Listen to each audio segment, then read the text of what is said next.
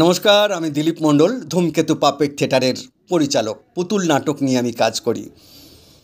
আগামী 2 এবং 3 আগস্ট 2025 বলো কলকাতা টিভি পরিবার সিজন 5.1 প্রোতে আমি উপস্থিত থাকছি বঙ্গ গৌরব উৎসবে।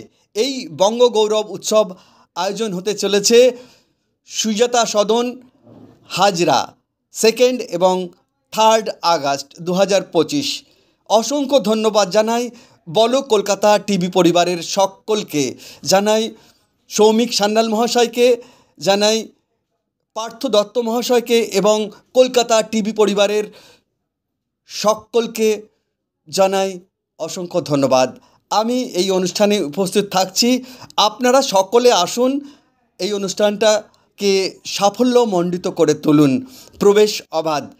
ধন্যবাদ।